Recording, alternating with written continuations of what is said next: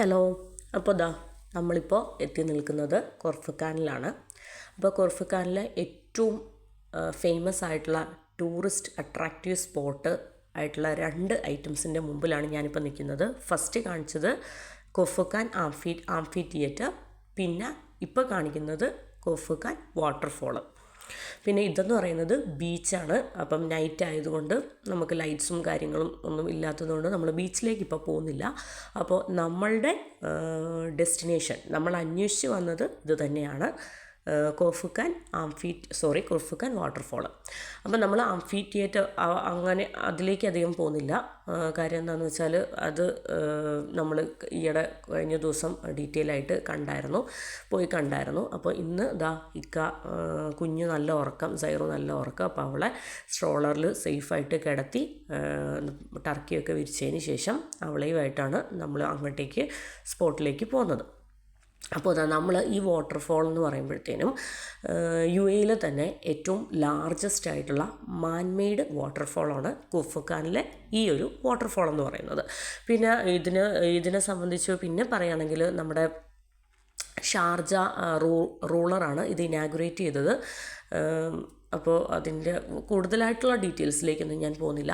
അപ്പോൾ ഇതെന്ന് പറയുന്നത് ഭയങ്കര ബ്യൂട്ടിഫുള്ളാണ്. ഇത് ശരിക്കും പറഞ്ഞാലുണ്ടല്ലോ നമുക്ക് ആർട്ടിഫിഷ്യലാണെന്ന് തോന്നത്തില്ല. കാരണം എന്താണെന്ന് വെച്ചാൽ ഈ പാറയും അതുപോലെ തന്നെ റോക്സും കാര്യങ്ങളെല്ലാം നാച്ചുറലാണ്. റോഡിൽ തന്നെ സിറ്റുവേറ്റ് ചെയ്തിരിക്കുന്ന നാച്ചുറലായിട്ടുള്ള സംഭവം തന്നെയാണ്. പക്ഷേ ഇതിൽ നിന്നിട്ടുള്ള ആ വാട്ടർഫോളാണ് ആർട്ടിഫിഷ്യൽ മാൻമെയ്ഡ് വാട്ടർഫോൾ എന്ന് പറയുന്നത്.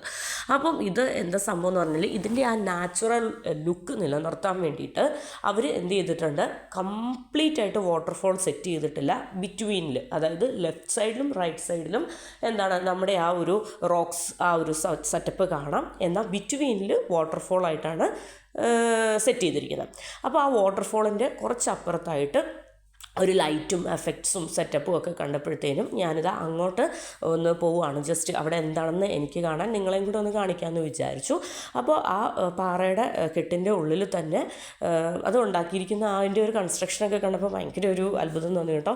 കാര്യം എന്താണെന്ന് വെച്ചാൽ അതിൻ്റെ ഉള്ളിൽ തന്നെ സെറ്റ് ചെയ്തിട്ട് ഉണ്ടാക്കിയിരിക്കുന്ന ഒരു ഹോട്ടലാണിത്. അപ്പോൾ ആ ഹോട്ടലിൻ്റെ പേര് ആംഫി തിയേറ്റർ ഹോട്ടൽ അങ്ങനെ എന്തോ ആണ്. എനിക്ക് ഹോട്ടലിനെ കുറിച്ച് ഞാൻ ഡീറ്റെയിൽ ആയിട്ട് ഞങ്ങൾ അന്വേഷിച്ചില്ല. കാരണം എല്ലാവരും അപ്പുറത്ത് നിൽക്കുകയാണ്. ഞാനാണ് ഒന്ന് കയറി വന്നിട്ട് ജസ്റ്റ് ഒരു ഷോട്ട് എടുക്കാനായിട്ട് വന്നതാണ്. ഞങ്ങൾ 3-4 പേര് ഒരുമിച്ചാണ് പോയത്. അപ്പം ഞങ്ങൾ ലേഡീസ് എല്ലാം ജസ്റ്റ് ആ ഹോട്ടലിൻ്റെ ഉള്ളിലേക്ക് ഒന്ന് കയറി ചെന്നതാണ്. അപ്പോൾ അവിടെ റിസപ്ഷനിസ്റ്റൊക്കെ ഇരിക്കുന്നുണ്ട്. അപ്പോൾ അങ്ങനെ അത്ര ഫ്രീ ആയിട്ടൊന്നും കയറ്റി വിടത്തില്ല. കാരണം എന്താണെന്ന് വെച്ചാൽ ഇതൊരു ഹോട്ടലാണല്ലോ, അപ്പം പ്രൈവസി വേണ്ട കാര്യങ്ങളും സംഭവങ്ങളൊക്കെയാണല്ലോ. അപ്പം ഞങ്ങൾ ജസ്റ്റ് അത് കണ്ടു തിരിച്ചു വന്നു. അത് കഴിഞ്ഞിട്ട് നമ്മൾ എന്ത് ചെയ്തു, വണ്ടിയെടുത്ത് നമ്മളിതാ കാഴ്ചകളൊക്കെ കണ്ടതിന് ശേഷം ഫസ്റ്റ് ആംഫി തിയേറ്റർ, പിന്നെ വാട്ടർഫോള്, പിന്നെ ആ ഹോട്ടൽ, അങ്ങനെ അട്രാക്റ്റീവായിട്ടുള്ള സ്പോട്ടുകളെല്ലാം ഒരുമിച്ച് ഒരു നിരയിലിരിക്കുന്ന രീതിയിൽ അങ്ങ് ഇരിക്കുകയാണ്. അപ്പോൾ നമ്മളിതാ പോകുന്ന വഴിയാണ്. ഇപ്പോൾ വണ്ടിയിൽ കയറി, ഇത് വണ്ടിയിൽ ഇരുന്നുകൊണ്ടുള്ള ഒരു വ്യൂ ആണ്. അപ്പം ഇതെന്ന് പറയുന്ന അടിപൊളിയാണ് കേട്ടോ. പിന്നെ അതിൻ്റെ ആ വാട്ടർഫോളിൻ്റെ തൊട്ട് താഴെയൊക്കെ വന്നിരിക്കുമ്പോൾ ഉണ്ടല്ലോ അടിപൊളിയാണ്. അദ്ദേഹത്തിലേക്ക് ആ വെള്ളത്തിൻ്റെ തുള്ളികളൊക്കെ വീഴുമ്പോൾ ഒരു പ്രത്യേക സുഖമാണ്. പിന്നെ ഫുജേറ പോലെ അല്ലായിരുന്നു, കൊർഫുഖാനിൽ അത്യാവശ്യം നല്ല ചൂടുണ്ടായിരുന്നു, ഹ്യൂമിഡിറ്റി ഉണ്ടായിരുന്നു. അതൊക്കെ സഹിച്ച്, പക്ഷേ ആ വാട്ടർഫോൾ കാണാനായതുകൊണ്ട് അതൊക്കെ സഹിച്ച്, ആ ചൂടും ഹ്യൂമിഡിറ്റിയൊക്കെ സഹിച്ച് വാട്ടർഫോളിൻ്റെ അടിയിൽ നിന്നിട്ട് ആ ഒരു വെള്ളത്തിൻ്റെ ആ തണുപ്പൊക്കെ തട്ടുമ്പോൾ ഒരു ഭയങ്കര സുഖം, ഒരു പ്രത്യേക സുഖമാണ്.